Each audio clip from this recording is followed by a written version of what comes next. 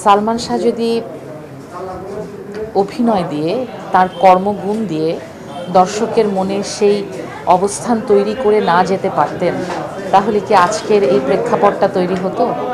বা আজকের এই প্রশ্নটা আপনার কাছ থেকে আমি পেতাম? তার মানে একজন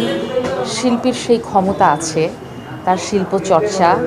তার গুণ, তার যোগ্যতা এবং তার কর্ম দিয়ে তার মৃত্যুর পরেও হাজার হাজার শত সহস্র বছর দর্শকের হৃদয়ে থেকে যাওয়া। আর হয় কি, আমরা যখন অভিনয় করি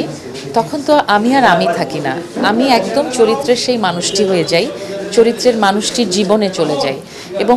সেই চরিত্রের মানুষটি হবার যে প্রসেস, ওই প্রসেসটা আমি যত অথেন্টিক্যালি পর্দায় উপস্থাপন করতে পারবো বা সেই মানুষটির জীবনটা আমি যত বেশি কনসিভ করতে পারবো নিজের মাঝে, তত আমি আপনার কাছে বিশ্বাসযোগ্য হয়ে উঠব। এবং সালমান শাহ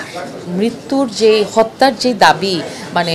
হত্যার বিচার হোক, এই দাবিটা যে উঠে এসছে, এটা কিন্তু ব্যক্তি সালমান শাহর চেয়ে পর্দায় যে চরিত্রগুলো উনি সৃষ্টি করে গেছেন,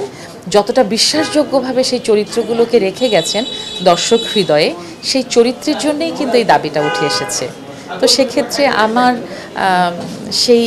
সৃষ্টিকর্তা আমাকে আমার কর্ম হোক বা আমার কাজের বা আমার কর্মক্ষেত্রে সেই জায়গাটা আমাকে দিয়েছে যে যেখানে আমি আমার চরিত্র দিয়ে দর্শকের হৃদয়ে থাকতে পারি।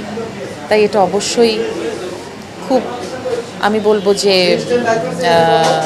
একজন শিল্পী